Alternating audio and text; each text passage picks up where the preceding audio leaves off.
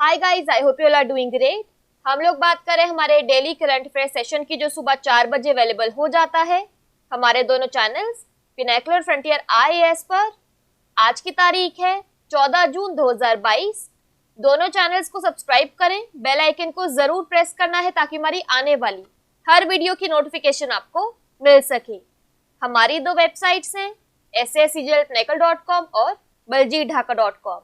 साथ ही साथ for daily videos, PDF and monthly magazine आप हमारे टेलीग्राम हैंडल्स फ्रंटियर आईएएस और SSCGL ऑनलाइन को ज्वाइन जरूर करें। स्टार्ट करेंगे प्रीवियस क्विज के साथ। मैंने आपसे पहला क्वेश्चन पूछा था कि तमिलनाडु के मुख्यमंत्री एमके स्टालिन ने फीडे शतरंज ओलंपियाड के शुभंकर का अनावरण किया, जिसका नाम डैश है। इसका करेक्ट आंसर था थम्बी। और दूसरा क्वेश्चन पूछा था कि बायोटेक स्टार्टअप एक्सपो 2022 की मेजबानी किस शहर ने की। इसका करेक्ट आंसर था न्यू दिल्ली।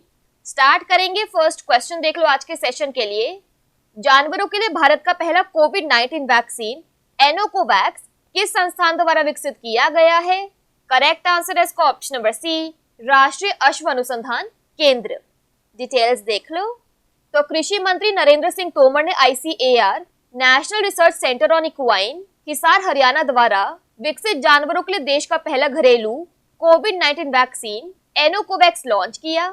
एनोकोवैक्स जानवरों के लिए एक निष्क्रिय SARS-CoV-2 डेल्टा कोविड-19 टीका है। एनोकोवैक्स SARS-CoV-2 के दोनों वेरिएंट यानी डेल्टा और ओमिक्रॉन को बेअसर करती है। वैक्सीन में निष्क्रिय SARS-CoV-2 डेल्टा एंटीजन है, जिसमें अल हाइड्रोजेल एक सहायक के रूप में है।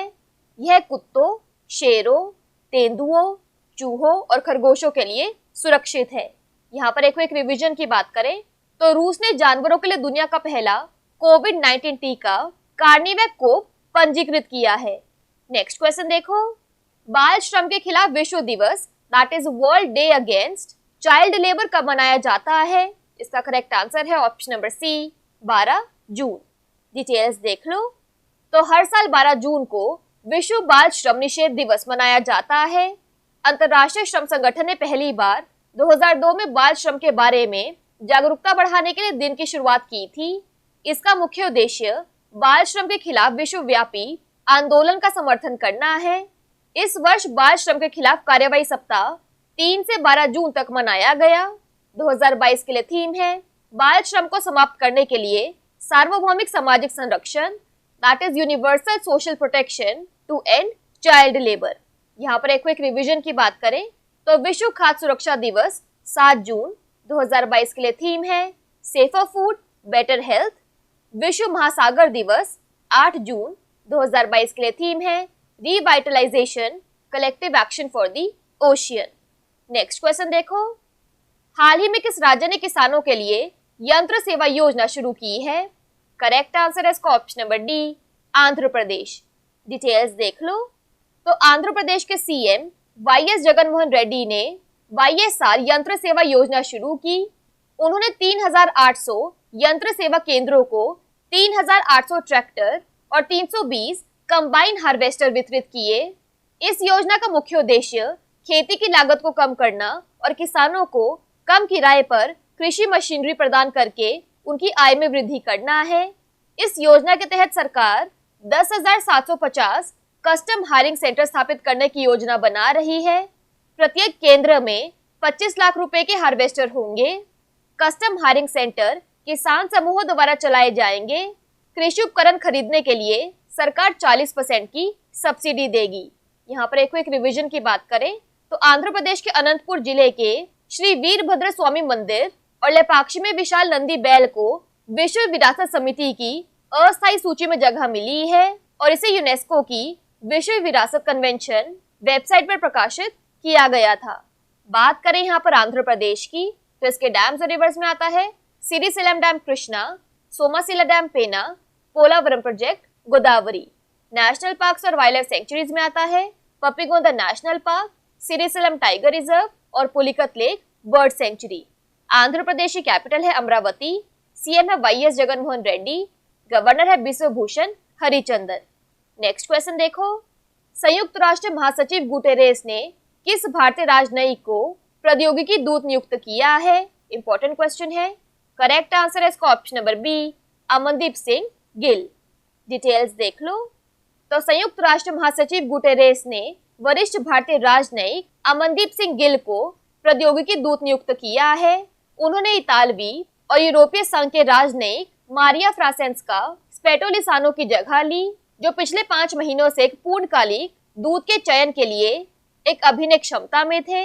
गिल ने 2 साल के लिए डिजिटल सहयोग पर गुटेरेस के उच्च स्तरीय पैनल का सह नेतृत्व किया और जिनेवा में डिजिटल स्वास्थ्य और एआई पर संयुक्त राष्ट्र द्वारा वित्त पोषित सहयोगी परियोजना के प्रमुख के रूप में कार्य कर रहे हैं। वह जिनेवा 2016-2018 में निरस्त्रीकरण सम्मेलन में भारत के स्थायी प्रतिनिधि थे। यहाँ पर एक्स्ट्रा इन्फॉर्मेशन की बात करें, that is very important for you. Bangladesh की रबाब फातिमा को least development countries, landlocked developing countries and small island developing states के लिए उच्च प्रतिनिधि के रूप में नियुक्त किया गया है। नेक्स्ट क्वेश्चन देखो। राष्ट्रीय बाल अधिकार संरक्षण आयोग ने किस पोर्टल के तहत स्ट्रीट सिचुएशन में बच्चों के पुनर्वास प्रक्रिया में मदद करने के लिए सिस एप्लीकेशन लॉन्च किया है? करेक्ट आंसर है इसका ऑप्शन नंबर सी, बाल स्वराज पोर्टल। डिटेल्स देख लो। तो राष्ट्रीय बाल अधिकार संरक्षण आयोग ने बाल स्वराज पोर्टल के तहत स्ट्रीट सिचुएशन में बच्चों के पुनर्वास प्रक्रिया में मदद करने के लिए एक सिस एप्लीकेशन लॉन्च किया है। बाल स्वराज एनसीपीसीआर द्वारा शुरू किया गया एक पोर्टल है। इस पोर्टल के 2 फंक्शंस हैं, कोविड केयर और सिस। कोविड केयर लिंक उन बच्चों की सेवा करता है जिन्होंने मार्च 2020 के बाद कोविड-19 के कारण माता पिता में से किसी एक को या दोनों को खो दिया है। सिस एप्लीकेशन का उपयोग सभी राज्यों और केंद्र शासित प्रदेशों से सड़क की स्थितियों में बच्चों के डेटा प्राप्त करने, उनके बचाव और पुनर्वास प्रक्रिया पर नजर रखने के लिए किया जाता है। यह पहल भारत के सर्वोच्च न्यायालय के निर्देशन में की गई है। नेक्स्ट क्वेश्चन देखो। 12 जून 2022 को ब्रिटेन की महारानी एलिजाबेथ द्वितीय किसके बाद इतिहास में दुनिया की दूसरी सबसे लंबे समय तक राज करने वाली सम्राट बनी? करेक्ट आंसर है इसका option number C, Louis 14। Details देख लो। तो 12 जून को ब्रिटेन की महारानी एलिजाबेथ द्वितीय ने थाईलैंड के राजा को पछाड़कर फ्रांस के लुई 14 के बाद इतिहास में दुनिया की दूसरी सबसे लंबे समय तक शासन करने वाली सम्राट बन गई। उन्होंने थाईलैंड के राजा भूमिबोल अदुल्यादेश को पीछे छोड़ दिया है, जिन्होंने 1927 और 2016 के बीच 70 साल और 126 दिनों तक शासन किया था। फ्रांस के लुई 14 सबसे लंबे समय तक शासन करने वाले सम्राट बने हुए हैं, जिसमें 1643 से 1715 तक 72 वर्ष और 110 दिन का शासन था। 1953 में ताज पहनाया गया। महारानी एलिजाबेथ द्वितीय सितंबर 2015 में अपनी परदादी महारानी विक्टोरिया को पीछे छोड़ते हुए सबसे लंबे समय तक सेवा करने वाली ब्रिटिश सम्राट बनी थी। बात करें यहाँ पर द यूनाइटेड किंगडम की, तो इसमें आता है इंग्लैंड, स्कॉटलैंड, वेल्स और नॉर्दर्न आयरलैंड। इसकी कैपिटल है लंदन, करेंसी है पाउंड स्टर्लिंग। नेक्स्ट क्वेश्चन देखो। आकांक्षा व्यवहारे किस खेल से संबंधित है? करेक्ट आंसर है इसका ऑप्शन नंबर डी, भारोत्तोलन। डिटेल्स देख लो। तो भारतीय भारोत्तोलक सनापति गुरु नायडू ने मेक्सिको के लियोन में IWF युवा विश्व चैंपियनशिप में पुरुषों की 55 किलोग्राम स्पर्धा में कुल 230 किलोग्राम भार उठाकर स्वर्ण पदक जीता। 2 अन्य भारतीय भारोत्तोलक विजय प्रजापति और आकांक्षा किशोर व्यवहारे ने रजत पदक जीते। आकांक्षा व्यवहारे ने 2022 IWF युवा विश्व चैंपियनशिप में भारत के लिए रजत पदक जीता है। नेक्स्ट क्वेश्चन देखो। भारत अपना पहला मानव अंतरिक्ष मिशन गगनयान और साथ ही पहला मानव महासागर मिशन किस वर्ष में लॉन्च करेगा? करेक्ट आंसर है इसका ऑप्शन नंबर ए, 2023। डिटेल्स देख लो। तो भारत 2023 में पहले मानव अंतरिक्ष मिशन गगनयान के साथ साथ पहले मानव युक्त मानव महासागर मिशन को एक साथ लॉन्च करेगा। अंतरिक्ष और समुद्री मानव मिशन दोनों के लिए परीक्षण एक उन्नत चरण में पहुंच गए हैं और 2023 की दूसरी छमाही में इन्हें लॉन्च किया जाएगा। मानव युक्त सबमर्सिबल के 500 मीटर रेडेड उथले पानी के संस्करण का समुद्री परीक्षण 2023 के शुरुआत में होने की उम्मीद है। इसके बाद मत्स्य 6000 गहरे पानी में मानव युक्त पनडुब्बी जो 2024 की दूसरी तिमाही तक परीक्षण के लिए तैयार हो जाएगी। इसी तरह गगनयान के लिए क्रू एस्केप सिस्टम प्रदर्शन के सत्यापन के लिए परीक्षण वाहन उड़ान जैसे प्रमुख मिशन और गगनयान का पहला बिना चालक वाला मिशन 2022 की दूसरी छमाही में निर्धारित है। इसके बाद 2022 के अंत में दूसरा मानव रहित मिशन व्योम मित्र, इसरो द्वारा विकसित एक अंतरिक्ष यात्री मानव रोबोट और अंत में 2023 में पहला चालक दल वाला गगनयान मिशन होगा। नेक्स्ट क्वेश्चन देखो, राजनाथ सिंह ने DRDO की प्रौद्योगिकी विकास निधि योजना के तहत वित्त पोषण को बढ़ाकर डैश कर दिया है। करेक्ट आंसर है इसका ऑप्शन नंबर डी, 50 करोड़ रुपए। डिटेल्स देख लो। तो रक्षा मंत्री राजनाथ सिंह ने DRDO की प्रौद्योगिकी विकास निधि योजना के तहत वित्त पोषण को 10 करोड़ रुपए से बढ़ाकर 50 करोड़ रुपए प्रति परियोजना करने की मंजूरी दे दी है। DRDO द्वारा निष्पादित TDF योजना MSME और स्टार्टअप द्वारा घटकों, उत्पादों, प्रणालियों और प्रौद्योगिकियों के स्वदेशी विकास का समर्थन करती है। बढ़ी हुई धनराशि बजट घोषणा के अनुरूप है। यूनियन बजट 2022-23 का 25% defence R&D budget private industry, startups और एकेडेमिया के लिए निर्धारित किया गया था।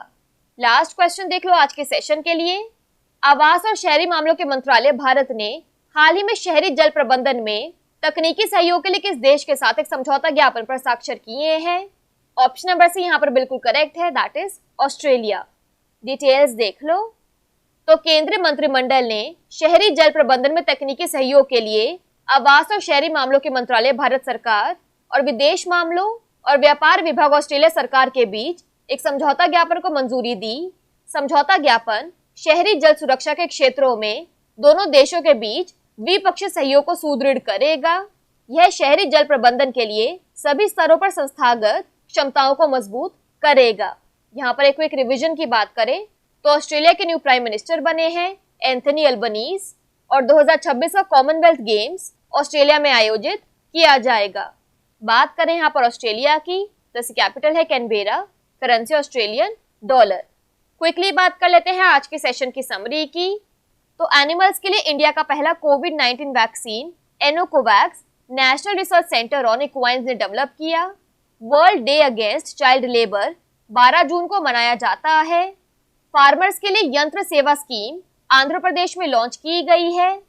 UN secretary general first envoy on technology नियुक्त किया गया है अमनदीप सिंह गिल को। National commission for the protection of child rights ने बाल स्वराज पोर्टल के अंडर 6th एप्लीकेशन लॉन्च किया। लुइस 14 के बाद ब्रिटेन की क्वीन एलिजाबेथ II दुनिया के दूसरी सबसे लंबे समय तक राज करने वाली सम्राट बन गई हैं। आकांक्षा व्यवहारें वेट लिफ्टिंग से संबंधित हैं। पहला ह्यूमन स्पेस मिशन गगनयान और पहला मैन्ड ह्यूमन ओशन मिशन 2023 में लॉन्च किया जाएगा। DRDO ने टेक्नोलॉजी डेवलपमेंट फंड स्कीम को 50 करोड़ तक बढ़ा दिया है और इंडिया ने ऑस्ट्रेलिया के साथ अर्बन वाटर मैनेजमेंट में टेक्निकल कोऑपरेशन के लिए MOU साइन किया। बात कर लेते हैं आज के सेशन के क्विज फॉर द डे की। आपका पहला क्वेश्चन है, छोटे व्यवसायों का समर्थन करने के लिए किस सोशल मीडिया प्लेटफॉर्म ने SMB साथी उत्सव लॉन्च किया? और आपका दूसरा क्वेश्चन है, मेटावर्स में अपना कार्यालय स्थान रखने वाला दुनिया का पहला मान्यता निकाय कौन सा है? दोनों क्वेश्चंस हमारे प्रीवियस सेशन से हैं। इनके आंसर नहीं आएगा तो उनको चेक कर लेना। दोनों चैनल्स को सब्सक्राइब करें, बेल आइकन को जरूर प्रेस करना है ताकि हमारी आने वाली हर वीडियो की नोटिफिकेशन आपको मिल सके। हमारे दोनों वेबसाइट्स और टेलीग्राम हैंडल्स को ज्वाइन जरूर करना है। Thank you so much. I will see you in my next session.